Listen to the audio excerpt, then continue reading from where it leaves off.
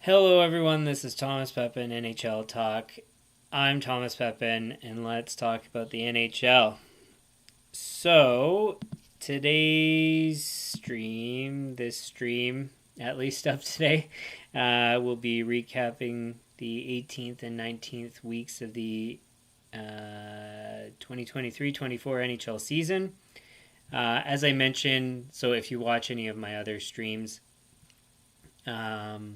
I don't know which one I would have mentioned this on, but the news for these 2 weeks is very light, so there's not actually much to talk about.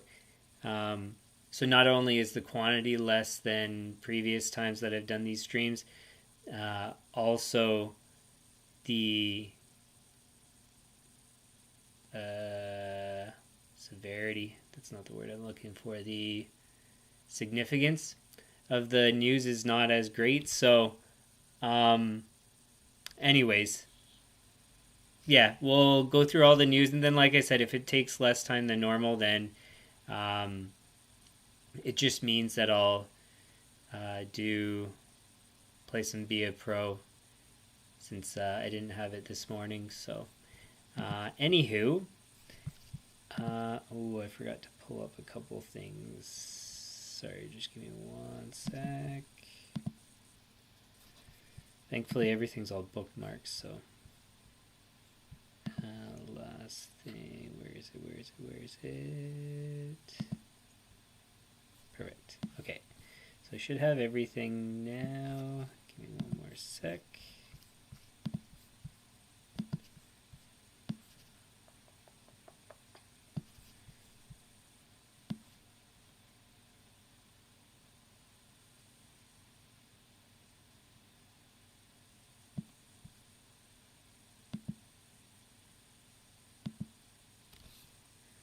Okay, so that should be good to share screen. Just give me one sec.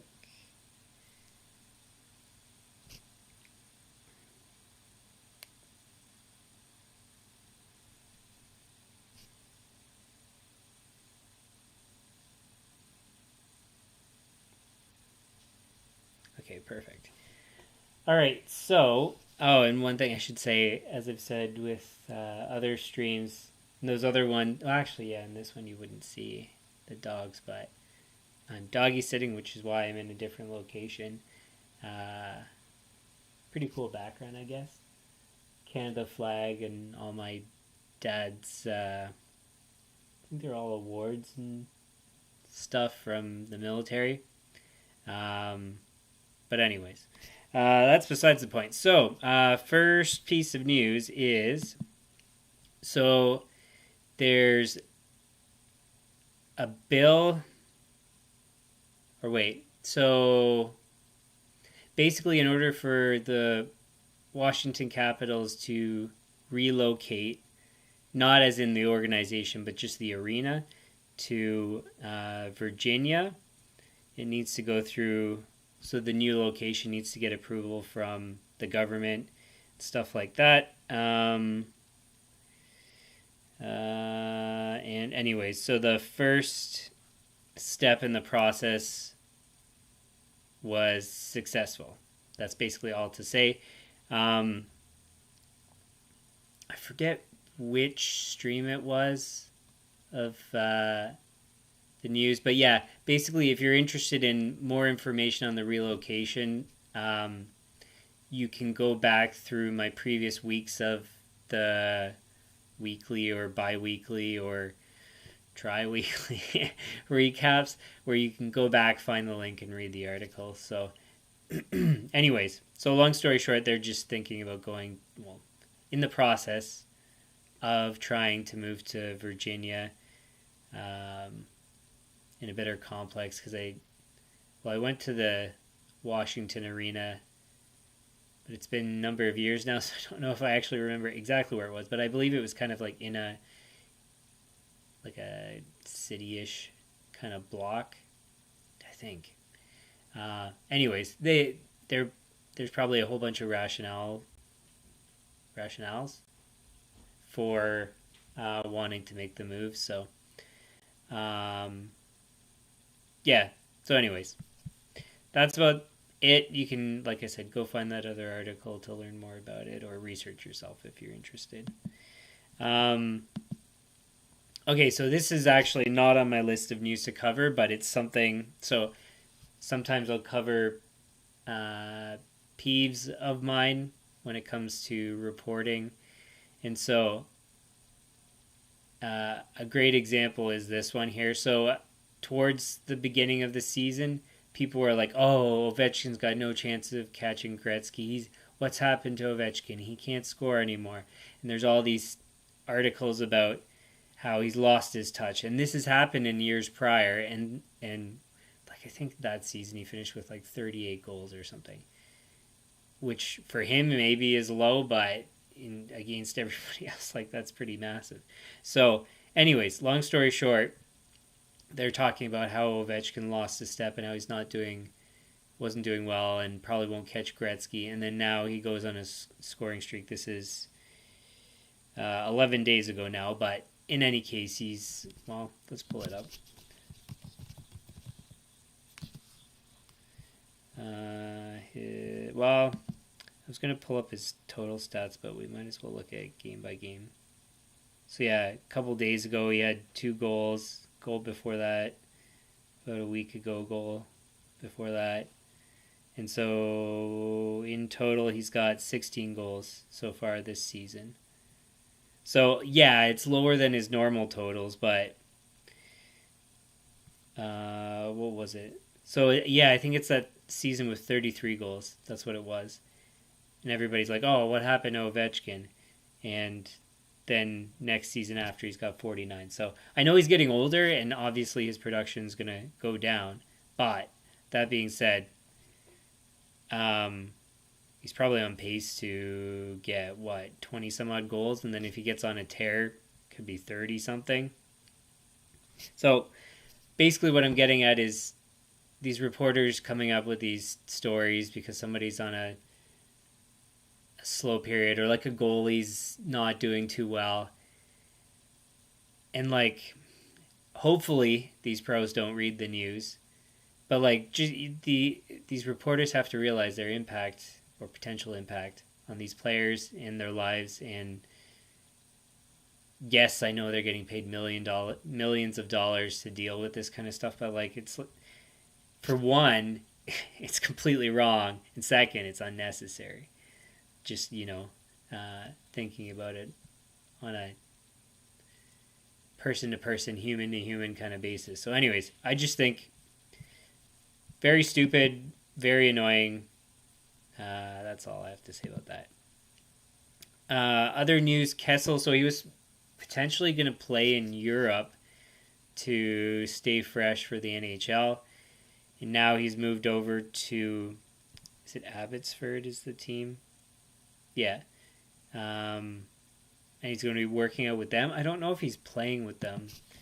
Let's have a look.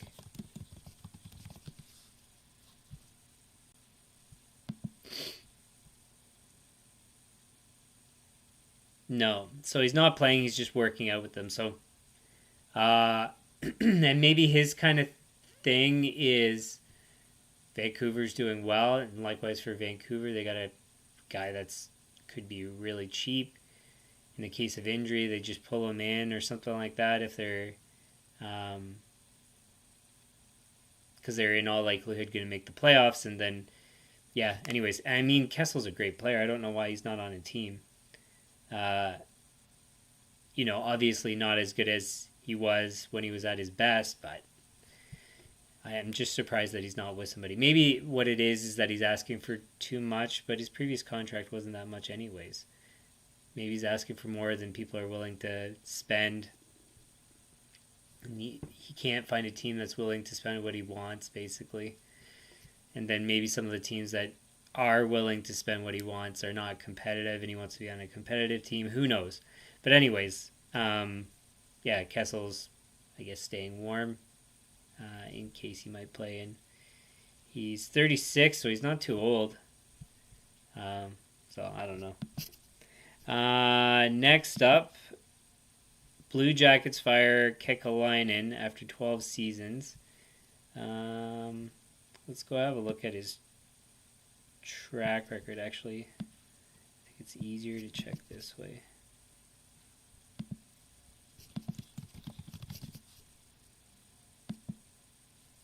So if it's 12 seasons, whatever the math is of that, 3, 4, 5, 6, 7, 8, 9, 10, 11, 12. Hey, lined up perfectly. So altogether, they lost in the first round, lost in the first round, lost in the first round, lost in the second round, lost in the first round. So quite poor, you could say. If they made the playoffs, barely playoff teams. You can see from their positions, 4th, 5th, 5th, 6th, 6th, 8th. Very poor. How he managed to keep his job for 12 seasons is what I'm wondering. And what I find funny is I think they say it in the article. They're looking for an experienced...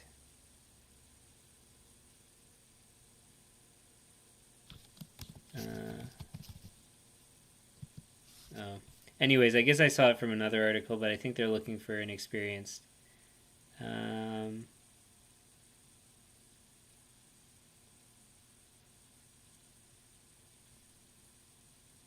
Yeah, I could have sworn they said that elsewhere. But anyways, they're in this description here, it makes it sound like they could consider other people. Hire me.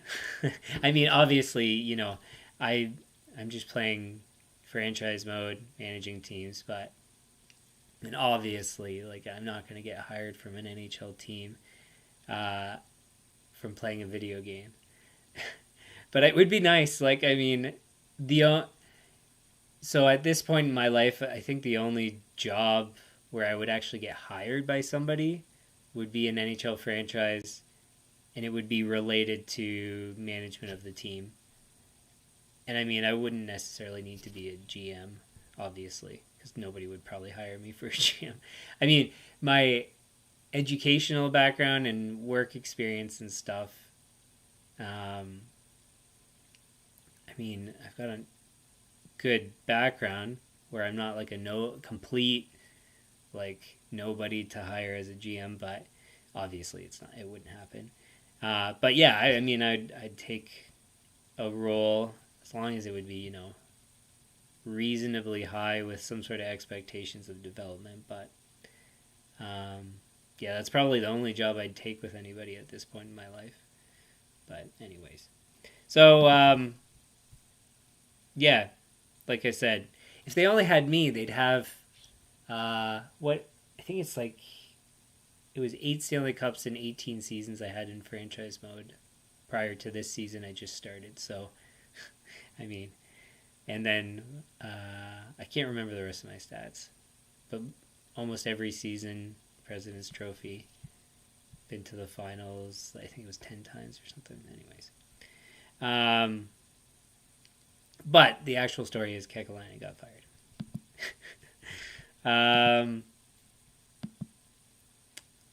So I do talk about injuries later.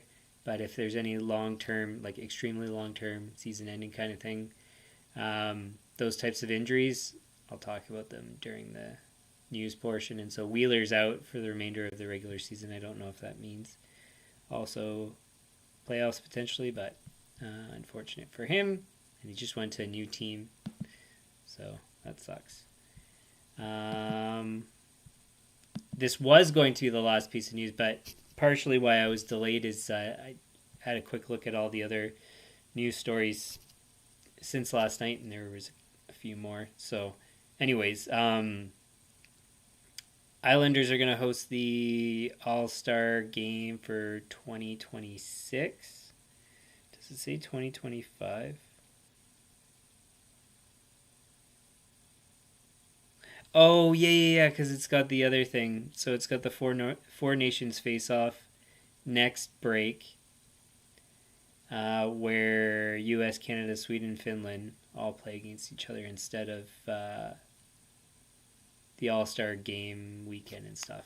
I thought this last All-Star weekend was a fantastic success. I thought it was way better than recent years.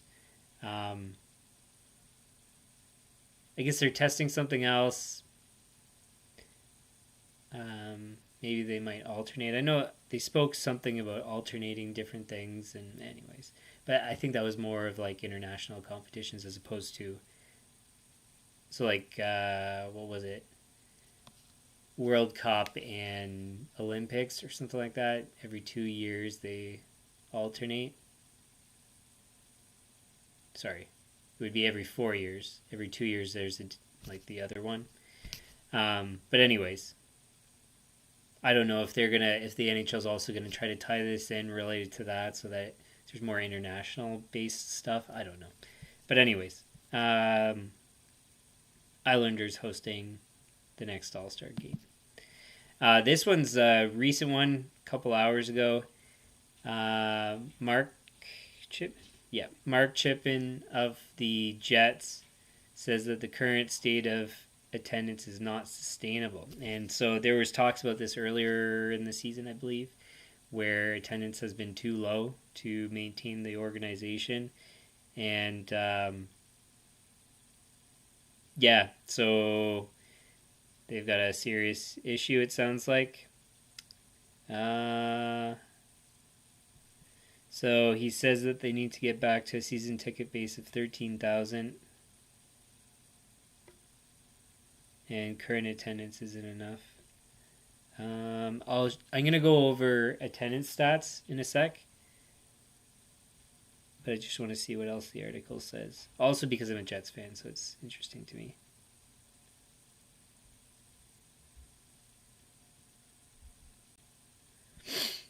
Yeah, so anyways, related to this, actually, this could be a different study I could do.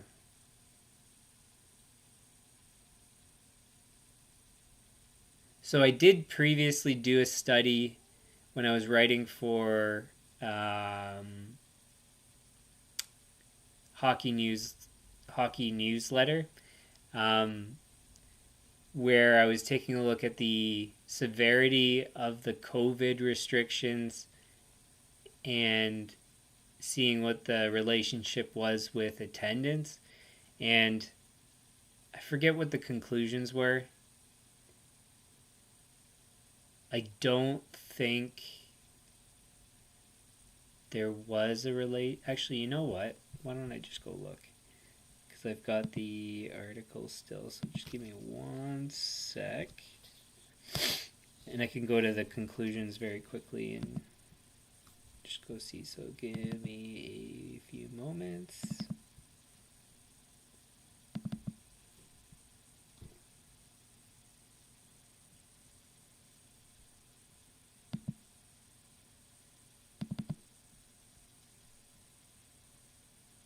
Where is it here?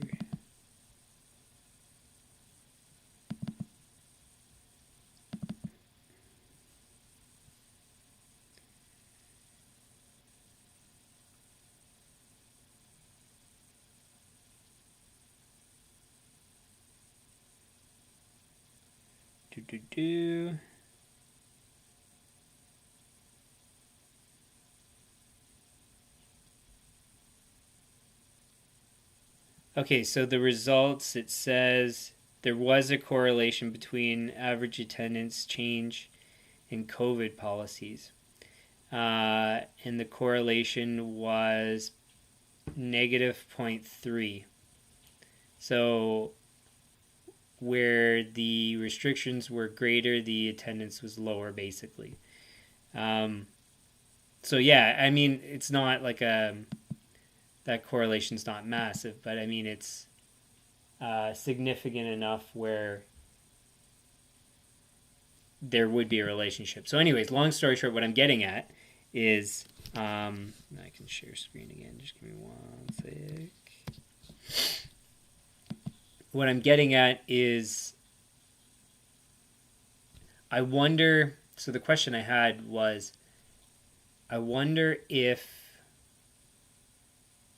small locations or particular locations have had a greater issue getting back to normal ticket sales. So for example, if I'm not mistaken, Winnipeg had one of the more restrictive rules. So I believe it required vaccination in order for you to attend games. And then so my question is, well,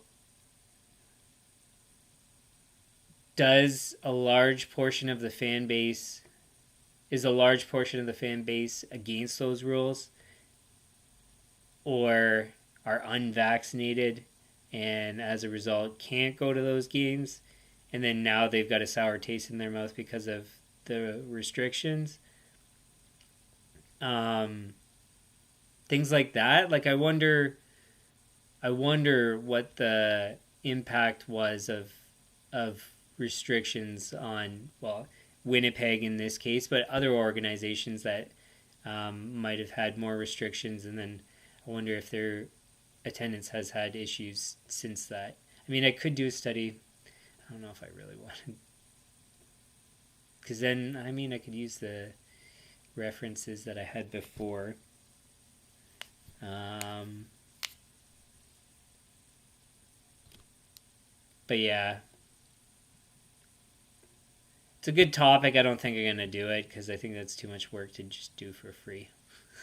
So, anyways, just a thought. Another piece of news, Ruzicka? I don't know how it's pronounced. Anyways, Ruzicka? He's put on waivers for contract termination. Not much more to say than that. Where were we for suspensions last? So we last did this on the 9th, I believe. When is this from? 7th. So I was pretty sure that was the one before. I guess there's that one too. Storov. Whoops. Okay, so it's from this point on. Grizzlick, Riley, Allmark, Bennington, Malmberg. Okay, so Zadorov was suspended for 2 games for illegal check to the head on Lucas Raymond. Grizzlick was fined maximum, so $5,000 for spearing Pacioretty. Riley was suspended 5 games for cross-checking Grieg. I think it's pronounced Grieg. That one I thought was really funny. I loved the fact that he put a slapper right into the net for an empty net goal. I mean, to get mad at the guy, yeah, I guess if you really care, but who cares? Like, honestly, you're a good team. Like, why would that ever offend you? And then now you lose. probably their best defenseman for 5 games. Like, what a stupid move. Maybe go and, like, rough him up or something if you really do care. Like, if it is a big deal. A goal's a goal. Like, who cares? But, yeah, maybe go, like, cross-check him in the arm. Like, lower on the body, but not as hard. Or just put your hand in his face or something like that. Bonehead move, in my opinion, by Riley, and I think he deserved it because it's like after the play, there's nothing going on, and then he goes and cross checks. Like, it wasn't a brutal cross check or anything, but just the optics of it, the message that needs to be sent. I think it's the right call, in my opinion. So, like I said, I'm totally for fighting and rough stuff in hockey, but that's just like, it's a stupid play. He deserves what he gets for that. Allmark fined for high sticking. Esimont Bennington fined for what are his actions? High sticking Evangelista. Then Lomberg fined for elbowing Chikrin. Injuries, it was the 9th, was like I said the last time we had this stream. And then, of course, I always make note of injuries greater than a month. So we'll skim through and see. Sergachev, leg injury, April 17th. I think that one's an old piece of news. I might have covered that before.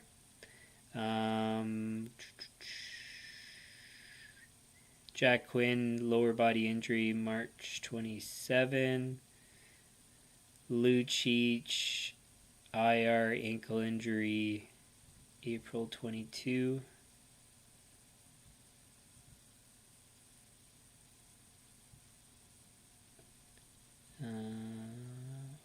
Wheeler, we already mentioned.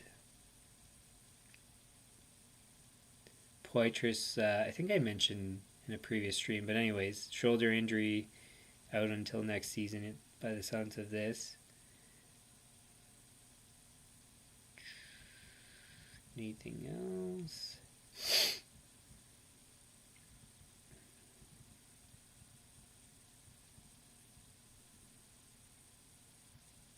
Yeah, everything else is just shy of a month, so nothing too crazy. Waiver claims, we go down to the 9th. So Matthew Phillips, I think previously played for Calgary's. Yep. Claimed by Pittsburgh. Colin White, put on waivers by Pittsburgh, claimed by Montreal. Oh, and I should have said Phillips was with the Capitals prior to the claim.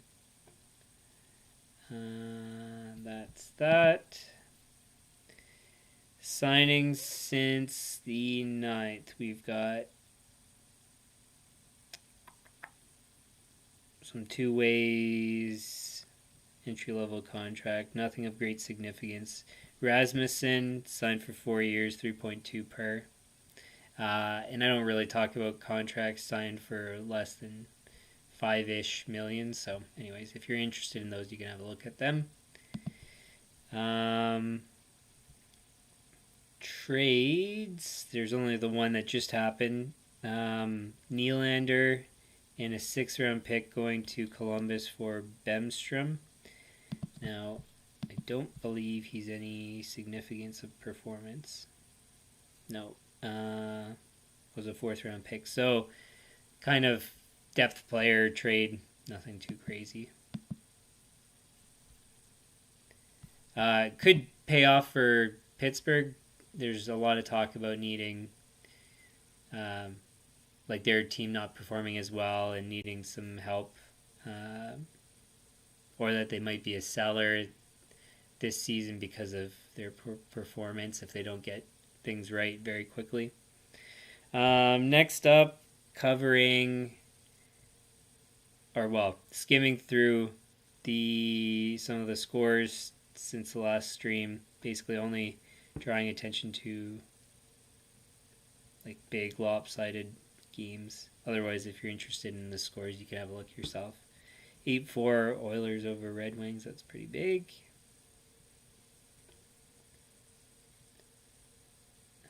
9-2 Stars over Predators. 9-2 Panthers over Lightning. Lightning aren't nearly as good as they've been previously, and I knew it was coming too. Talking about that, we'll get to my predictions on the standings and how it compares at the moment. I thought I saw that there was some really lopsided one recently, but I can't. Maybe I'm remembering wrong. Or I'm remembering from franchise mode. 7-3 Leafs over Golden Knights. I guess remembering wrong. And yeah, so talking about standings, actually this is better if it's in one column. So we'll pull up my predictions, go down to Atlantic. So like I've said before, basically I think what's most relevant is if they're in a playoff spot, because your actual position is not. I mean, it matters with who you're matched up against in first round and basically only first round. But making the playoffs, everybody's got a shot. So, One Gaming. Hi, I just saw your message. Thanks for tuning in. So anyways, I have Leafs, Bruins, Panthers in the top 3. Leafs, Bruins, Panthers are in the top 3, so 3 for 3 there. Then I have Lightning as the wild card. They're actually just behind the Red Wings. But as I mentioned in my preseason predictions, I kind of have Lightning, Senators, Red Wings, Sabres kind of all interchangeable. It turns out that, Senators didn't play well, Sabres likewise. But anyways, so I wasn't far off. It could be any of those teams, to be honest.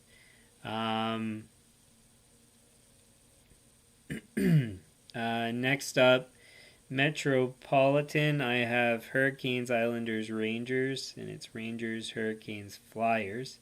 Flyers was one of those, I think I did mention this also in the preseason predictions, that Flyers, like any of those teams could come out of nowhere and do well.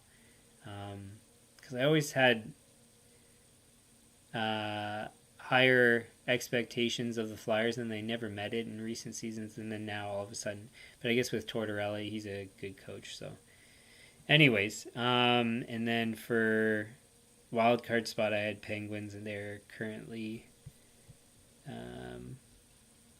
not well out, but out enough. Actually, no. They're within reach, I guess. 60, 66 is the Red Wings. So, oh, wait. So then Tampa is technically in a wild card spot. So I'm actually 7 for 8. It's just in. Well, yeah, actually, I do have the exact spot right, but I'm wrong on the Penguins. So 7 for 8 in the Eastern Conference, so not bad there. Central Division, I have Stars, Blues, Avalanche, and then Jets. And it's Stars, Avalanche, Jets, and then Blues. So 4 for 4 there. I knew the Blues should be doing better, so I'm not surprised to see them there. So they're actually in the 8th spot at the moment, it looks like. And then Knights, Oilers, Kings is what I have. It's Canucks, Knights, Oilers. And then Kings, I had Flames. And so altogether there, I'm 7 for 8 again. So I'm 14 for 16 in my predictions of playoff spots. There's no way anybody in my opinion, could have predicted the Canucks. Flyers, like I said, I'm pretty sure I commented that they could come out of nowhere. So that one doesn't surprise me as much, but the Canucks, like, there was no way I was expecting this, and I don't think anybody could have. So, anyways, so those are my predictions. I'm doing pretty good so far, and we're high 50s, mid to high 50s of games into the season. So, so pretty close. Oh, and I meant to talk about the attendance for Winnipeg. So sorry, I'm just going to go back to that now.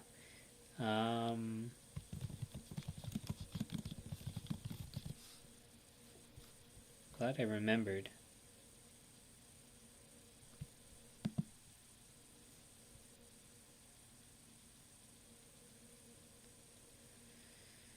Okay, so yeah, I mean, they were at capacity, and already their capacity is pretty small.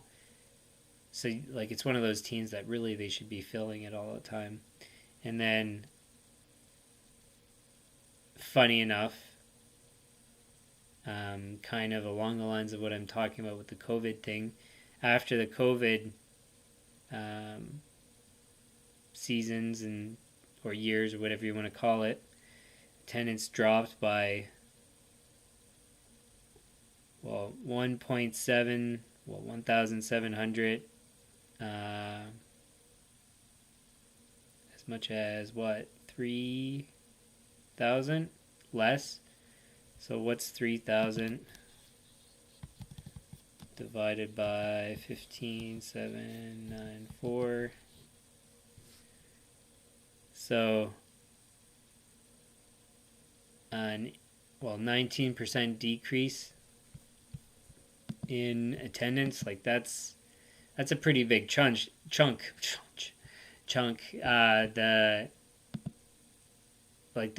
not going to be able to sustain the organization. They were struggling as it was, and then now you add that. They're gonna.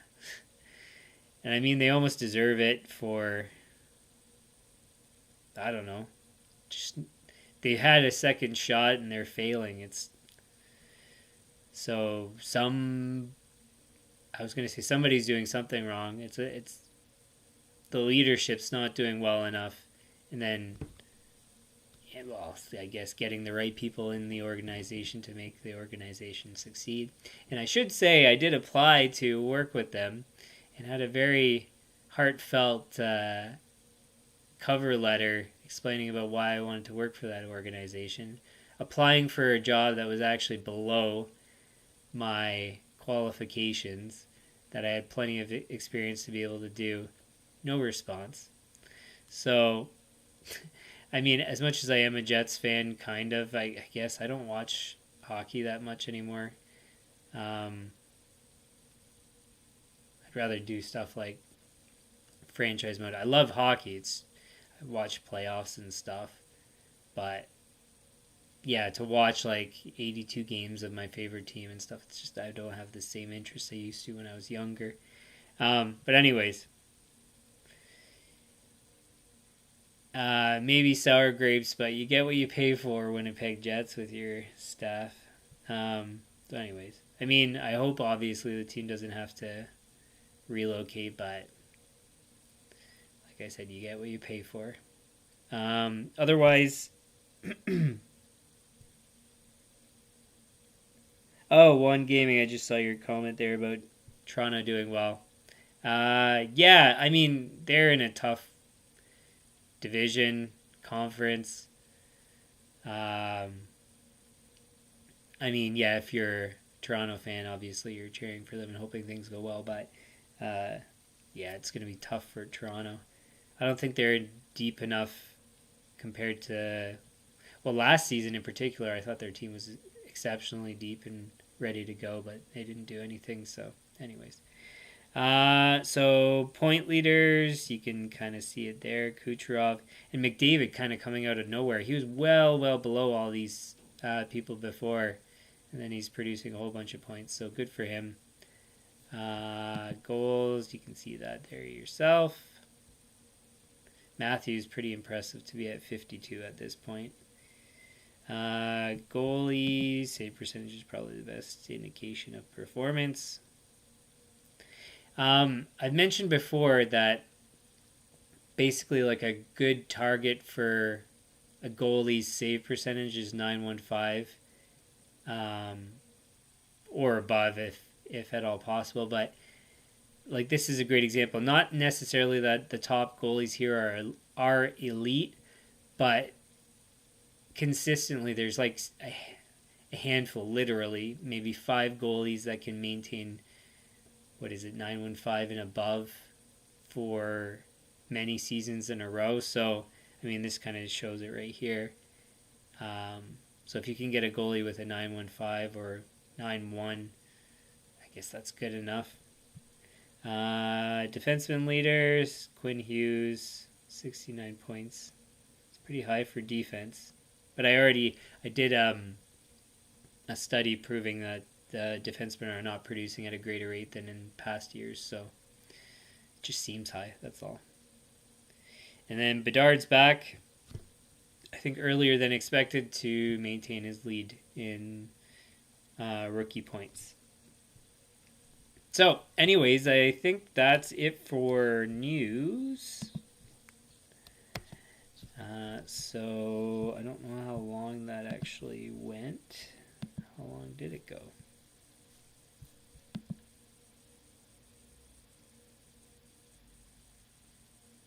Yeah, I guess a bit shorter than normal. I'm usually around an hour. So, yeah. So, that's where we'll leave it.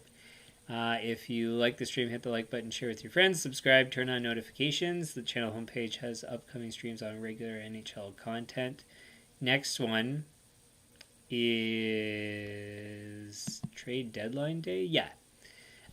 So I've explained this before elsewhere. Basically, what's going to happen is I'm going to start this news stream.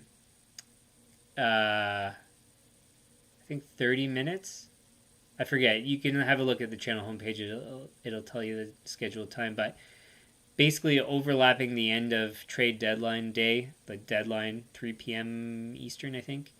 And then going past that, and then changing the order. So usually trades I would include kind of 3/4 of the way, 2/3 of the way into the stream and talk about trades. But in this case, I'm going to delay trades to the end.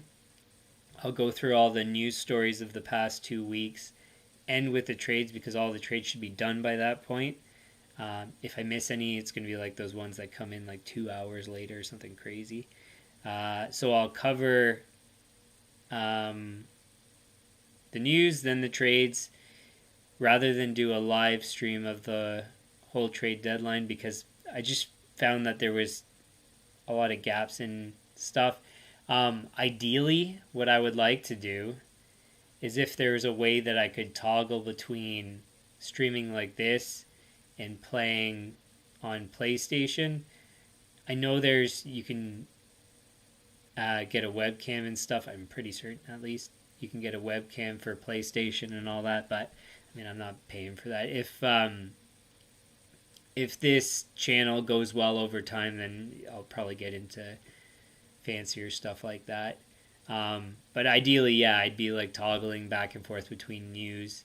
It'd be like breaking news, and I start talking about the trade and whatever, and then go back to playing the game or whatever. But anyways, so I've already explained how it's going to go prior to and after. So I think what I'm going to do is stream. I might do some Via Pro. I was going to say franchise mode for the whole day. That's at the very least I plan to do that for the wide majority of the day. So it's going to be a long franchise mode stream instead of covering the trade deadline. And then also, as I'm playing, I'll probably be monitoring the trades and then updating. So it'll be like the breaking news, but just without all the fancy toggling between webcam and all that kind of stuff. So anyways, so that's kind of the plan. I might play some Be a Pro mixed in there as well.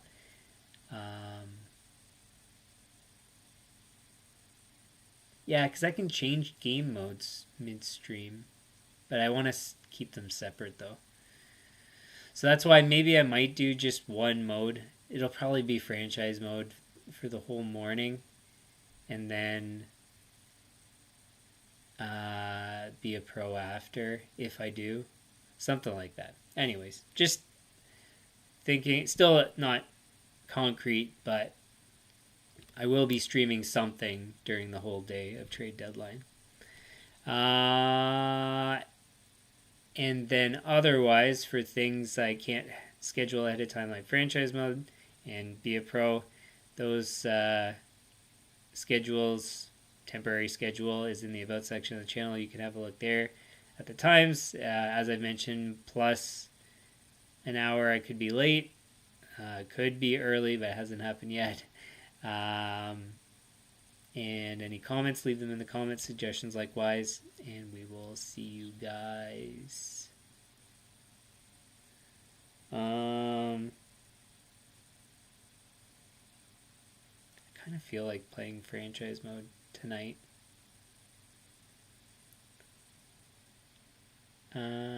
Actually, no, I got some other stuff to do. So I guess, yeah, tomorrow I'll see you guys for regular schedule. It'll be a Pro in the morning and franchise mode in the early afternoon. So anyways, thanks for tuning in. Okay, bye.